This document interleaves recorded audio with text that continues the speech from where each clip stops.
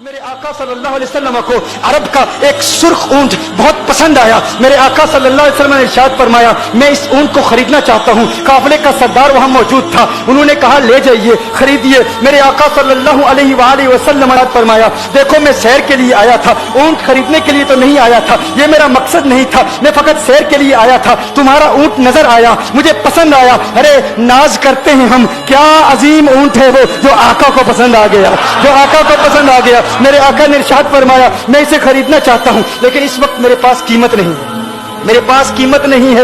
میں جاؤں گا گھر جا کر واپس قیمت ادا کر دوں گا. وہ دیکھ رہے ہیں میرے آقا صلی اللہ علیہ وسلم کو, آقا جا رہے ہیں, آقا وہاں سے تشریف لے جاتے ہیں. وہ آقا کو کہتے ہیں آپ لے جائیں, اونٹ آپ لے جائیں. آقا کے حسن کے جلوے دیکھ رہے ہیں, اس وقت تک آقا کو دیکھ رہے ہیں جب تک آقا ان کی آنکھوں سے اوجھل نہیں ہو جاتے. جب آقا ان کی آنکھوں سے اوجھل ہو جاتے ہیں تو اچانک ایک شخص پوچھتا ہے ارے یہ کون آیا تھا, یہ آنے والا کہاں سے آیا تھا, کہا جانے کہاں سے آیا تھا, ہم اسے نہیں جانتے. کہا اونٹ خرید کے لے گیا, قیمت دی, کہا نہیں دی. کہا کیا کیا, کہا ادھار, کہا ادھار دیا. نام جانتے ہو, نام نہیں جانتے. ایڈریس جانتے ہو, ایڈریس نہیں جانتے. پتا ہے کون ہے, نہیں پتا. کوئی ضامن نہیں, کوئی ضمانت دینے والا نہیں, کوئی چیز گروی رکھی, گروی بھی نہیں رکھی. عرب کا سرخ اونٹ انتہائی مہنگا اونٹ ہوتا ہے. علماء جانتے ہیں سرخ اونٹوں کی قیمت کیا ہے. کوئی بندہ آئے جس کا نام پتا نہیں, ایڈریس پتا نہیں کہاں رہتا ہے, کہاں سے آیا ہے, اپنا اونٹ, ان کا اونٹ وہ لے کے چلے جاتے ہیں,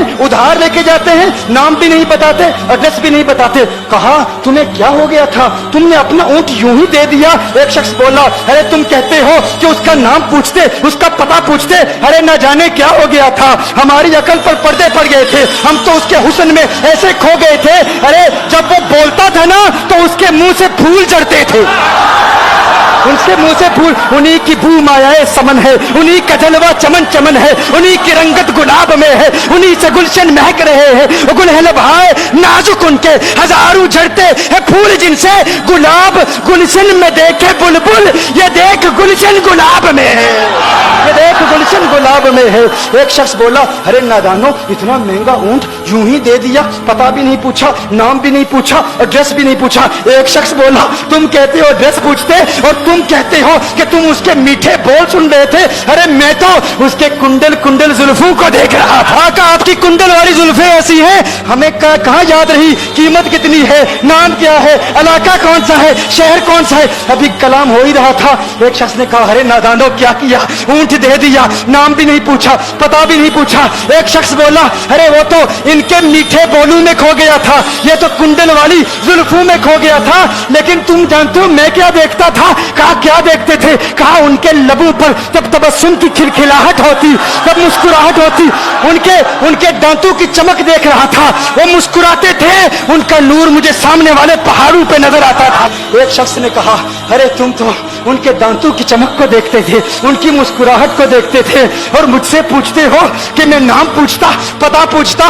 ارے دیکھتے نہیں, تم دانتوں کو دیکھتے تھے, میں تو ان کے نینوں کو دیکھتا تھا, میں تو ان کی آنکھوں کو دیکھتا تھا, ان کی آنکھوں کے حسن میں ایسا کھو گیا تھا. ارے میں تو بھول چکا تھا, ہم تو اپنے ہوش و حواس کھو بیٹھے تھے. ایک شخص نے کہا ارے دیکھو وہ تمہارا اونٹ ہی لے گیا ہے, اونٹ ہی لے گیا ہے, نام بھی نہیں پوچھا, ایڈریس بھی نہیں پوچھا. کلام میں یہ تاثر دیا گویا کہ اونٹ چوری ہو گیا ہے. اچانک خیمے سے ایک عورت کی آواز آتی ہے, خیمے سے ایک عورت کی آواز آتی ہے. وہ کہتی ہے خبردار انا دامنۃ لثمن جبلکم.